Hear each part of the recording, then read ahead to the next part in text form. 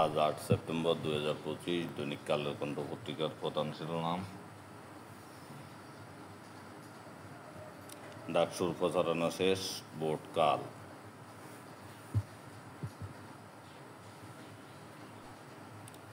সহিংসতার বিরুদ্ধে প্রশাসনকে কঠোর হওয়ার নির্দেশ, যমুনা উচ্চ পর্যায়ের বৈঠক।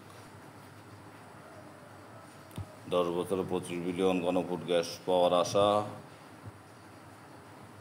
রশিদপুরে কূপ গ্যাসের সন্ধান।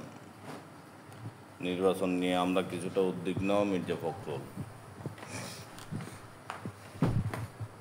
থমকে গেছে সাক্ষরতা বৃদ্ধির হার, ১ বছরে বাড়েনি ১%। আন্তর্জাতিক সাক্ষরতা দিবস আজ।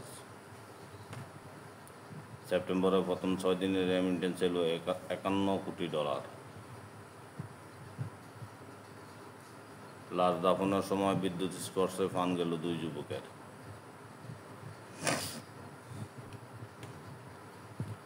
ব্যাংকিং সমস্যার কারণে ৪০০ পোশাক কারখানার উৎপাদন বন্ধ। নদীতে পুলিশের গাড়ি, ১২ ঘণ্টা পর ওসির লাশ উদ্ধার। ব্রিটিশ পার্লামেন্টের স্বামী এনসিপি নেতার বিরুদ্ধে আফসানার অভিযোগ।